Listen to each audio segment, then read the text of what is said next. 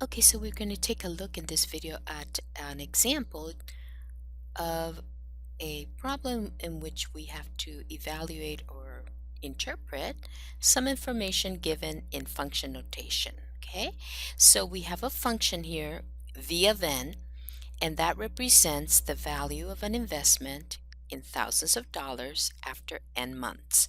And then notice that they give us the table. And as you can see from the table, n is our input variable, and then that input variable represents the number of months or the time in months of the investment that we have the investment, okay?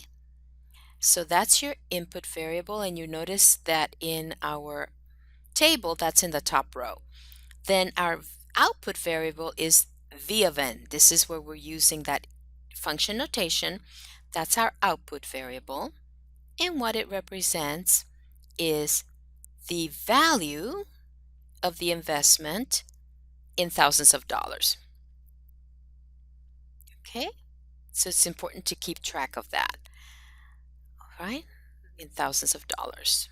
So, for example, this first order pair, n is 2, and we have n is 2, and then v of n is 8.4. That would mean that after 2 months, the value of the investment is $8,400, right? Because it's 8.4 in thousands. So you move the decimal 3 places to the right. So $8,400. So that's what the function notation in the table represents.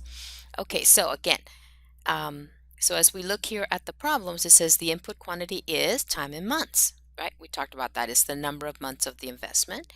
And the output quantity or the output variable is the investment value in thousands of dollars. So we know that. Now it says here, write a sentence explaining the meaning of the statement V of 14 equals 15.6 in the context of the problem. So once again, what does that represent? Well, remember that in function notation, and let's write over here,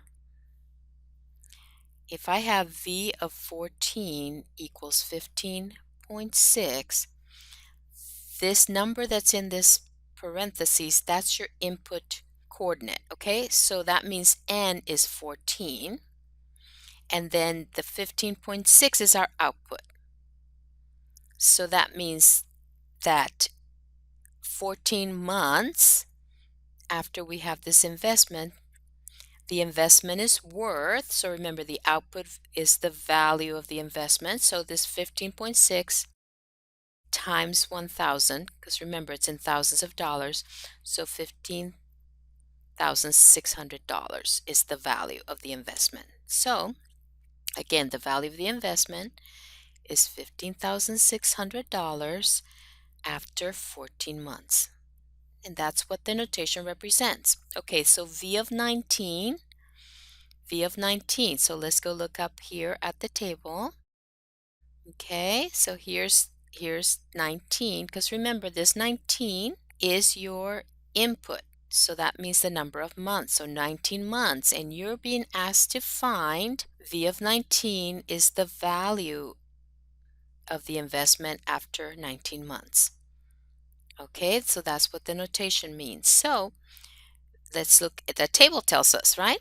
The table says when n is 19, V of n is 18.6. And remember, you're multiplying that by 1,000 because those are dollars.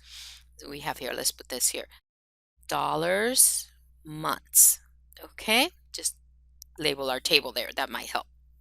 So the value of the investment is $18,600 after 19 months.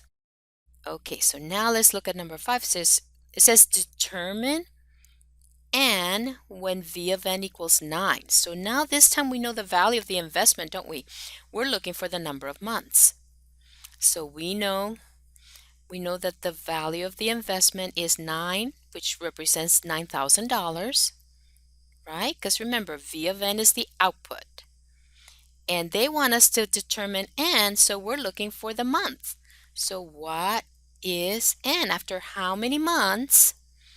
How many months will your investment be worth $9,000? So let's look at our table. Now we're looking in the output column. So as I look in the output column, and let's erase some of these. Okay, there you go. As I look at the output row, there's my 9,000, my 9. Do you see it? There's my $9,000. So what is N? Well, N is 3. So the value of the investment is $9,000 after 3 months.